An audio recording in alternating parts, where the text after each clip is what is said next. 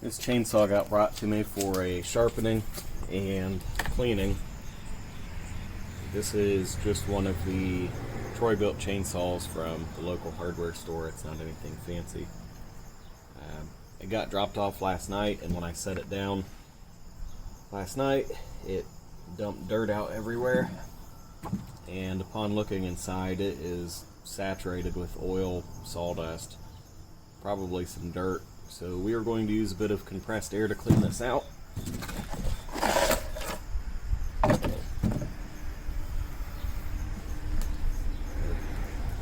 Chain is loose.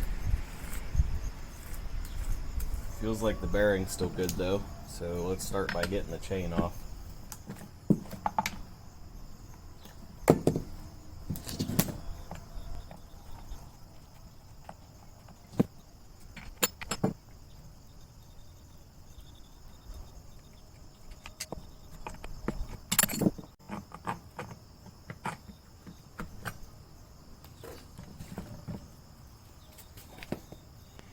Alright, so this is inside of the clutch cover, and this is just caked.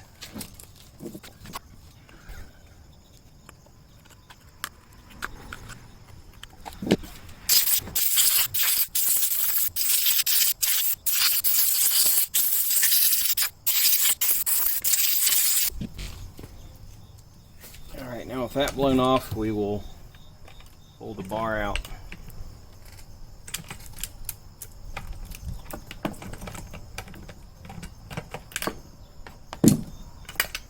And pull the chain off.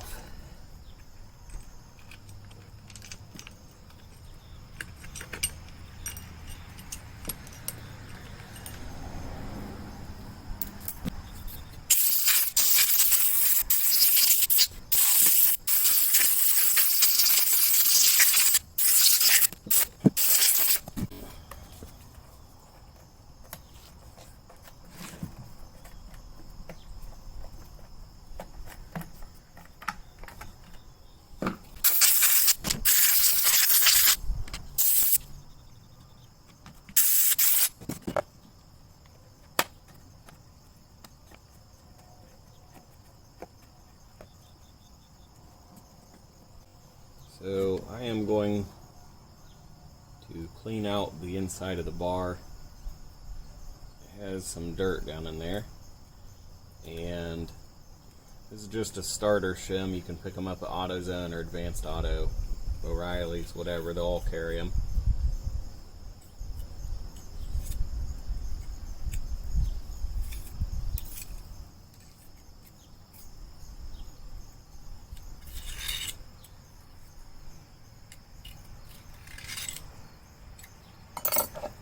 We'll blow it off.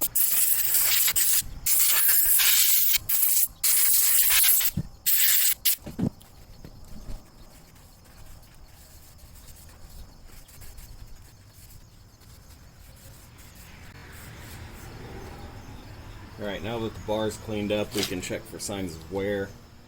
And this saw allegedly has only had 3 tanks of fuel through it, and we already have spots where it's been getting hot.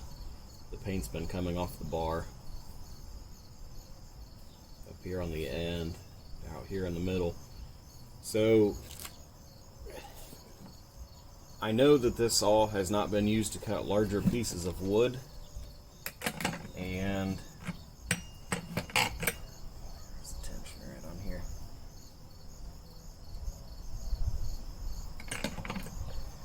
And the location of these wear marks being way out here on the bar tells me that they haven't been using the dog spikes to set into the wood.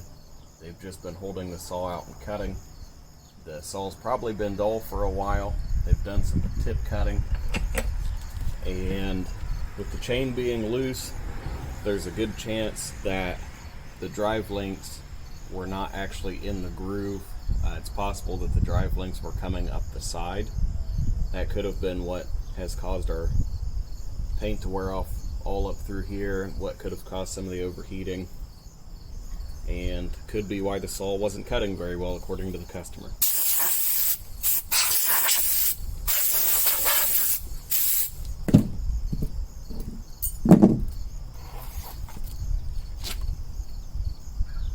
take a look at our chain and make sure none of the drive links are damaged. The drive links all look good. It doesn't look like the chain's been kicked off.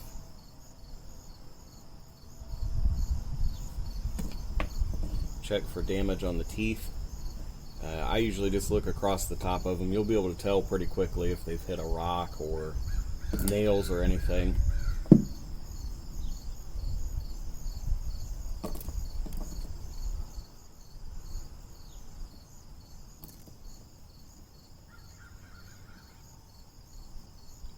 There is dirt packed into almost every drive link. So this saw has definitely been ran into the ground, and that would explain part of the reason why it dulled out so quickly. So let's go throw this in the sink and get it cleaned up. Alright, we're going to get our sink full. Well, not full. We need to cover the chain with hot water, and we'll use Dawn dish soap, or if you have degreaser or something, that's all fine too. Run your tap until it's hot, switch it to the sink, pour it on.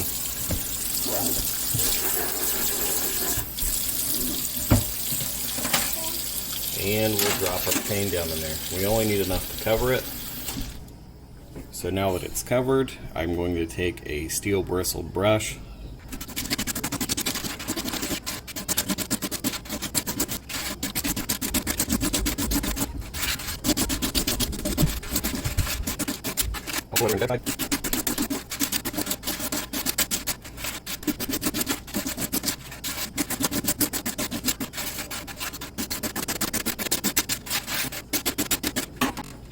Once you've washed both sides of the chain, you can let your water out.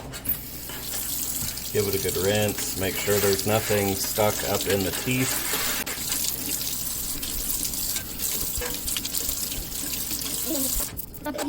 Alright, now we'll go spray this off with air. Alright, I got the chain dried off with compressed air. We are going to put this back together. Now, when I took this off, the bar was right side up so that you could read it. So I am going to go over it a couple times with a dressing file.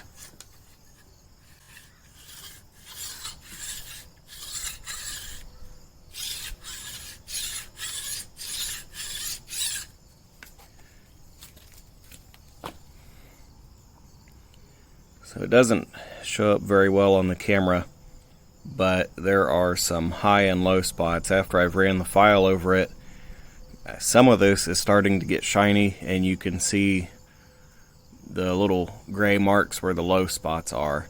Some of that's just the way these bars are finished, but especially on this top side of the bar, very little of that is even touching.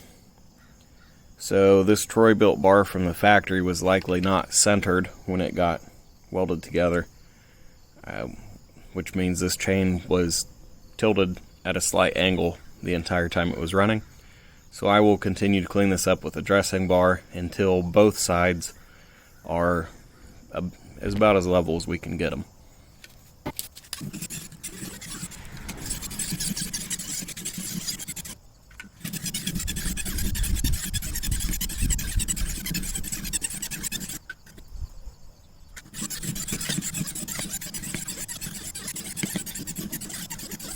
So after all of that, we still have a low spot right here and a low spot right here and several low spots up in this area, as well as back here. So I don't want to take too much off the bar. We have it flatter than it is now, and that's just the one side. That's not even both sides. I'll do a couple more strokes on this, flip it over, and do the other side.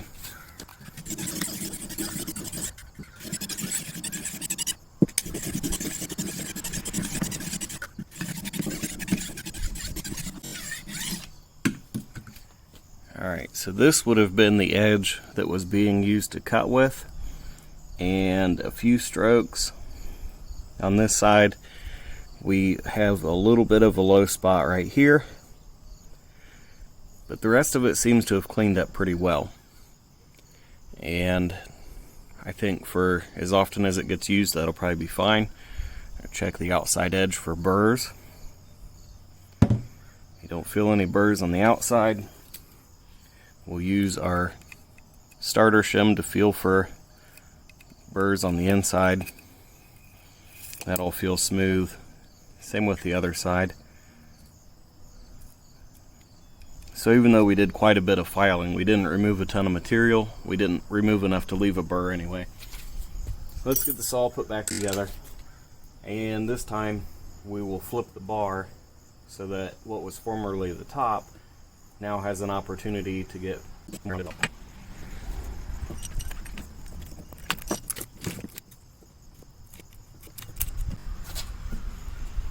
The tensioner on this saw is in the cover, and I just realized we got some more gunk down in there, so get that sprayed out.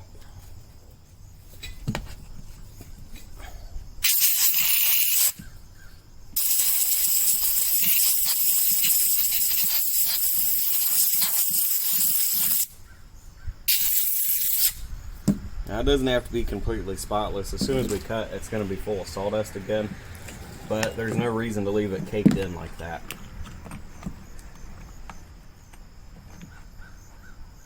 So since the tensioner is in the cover on this saw, we'll put the cover on.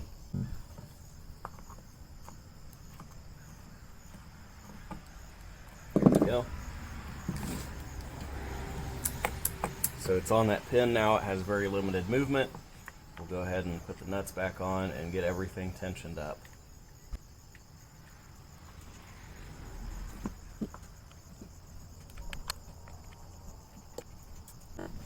Now I got them snug. I'll back them off a little bit. And when we tighten this chain, we're going to hold the bar up and turn this clockwise. Chain will snug up a little bit. And one thing I always like to do is spin the chain a few times so everything settled into place, and now we have a ton of slack in the chain again. If I would have tightened the bar down as it was, this chain would have went slack as soon as we started it. So we'll snug it back up, spin it again.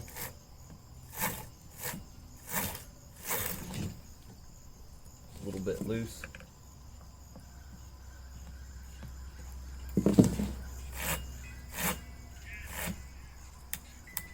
That's a little bit tighter than I want it. And I'll call that good for now. So while I'm holding the bar in the up position, I will tighten these nuts.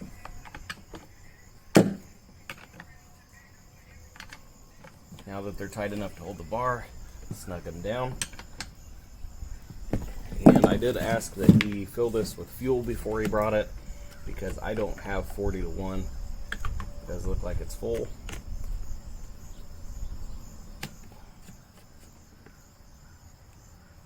There's enough oil in there to do a little bit of a cut test.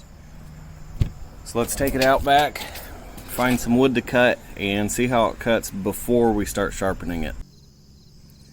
Alright, this stump needs split, or this log needs split, so let's go ahead and cut the little limbs off the side of it as our test cut. This saw is, the owner of this saw uses the pre-mixed fuel in a can from the store. It's 40 to 1 pre-mixed ethanol-free fuel. We'll follow the starting instructions here and see how well it warms up.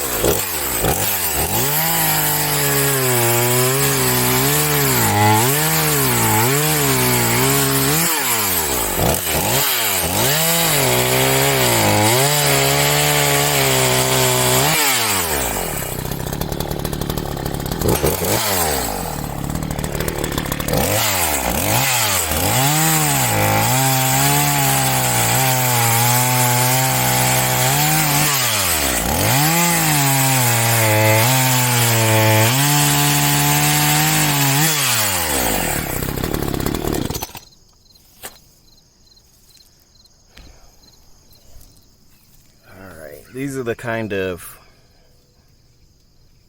cuttings we're getting from this.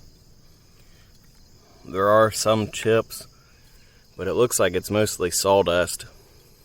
So there's obviously some dull teeth on there, and that could be a lot of the reason why it bogs down when you try to cut with it.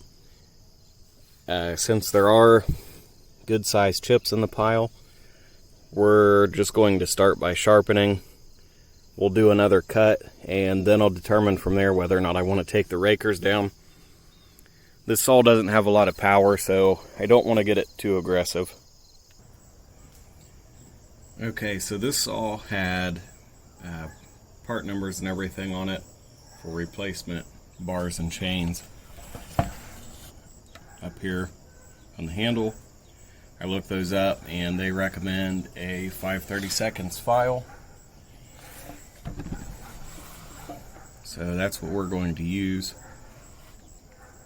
And I'm just going to push this down so it doesn't move too much, and I will try to line the file up with that angle as best I can.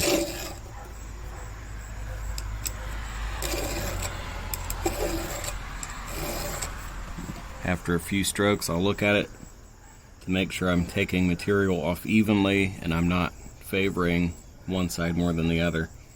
It looks pretty even, but I missed the tip, so we'll get a little bit of an angle to it.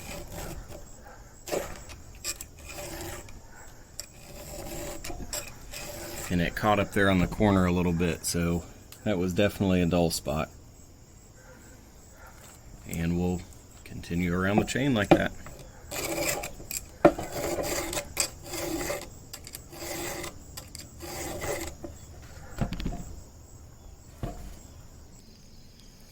Alright, we got the saw sharpened back up. Let's try this cut test again. We're going to make this one quick. It's starting to rain again.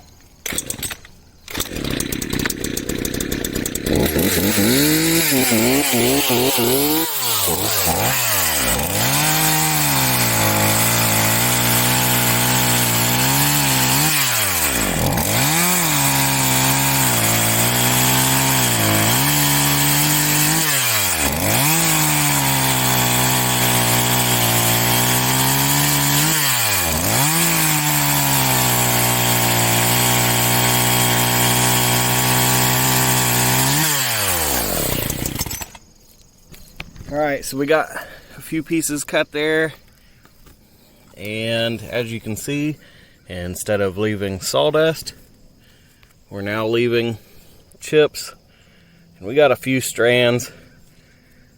I don't think the saw spins fast enough, but he's not wanting to get it tuned up right now, and I don't know what the max rev on this one is. So for now, his Troy Bilt should be ready to go back to keeping his yard cleaned up.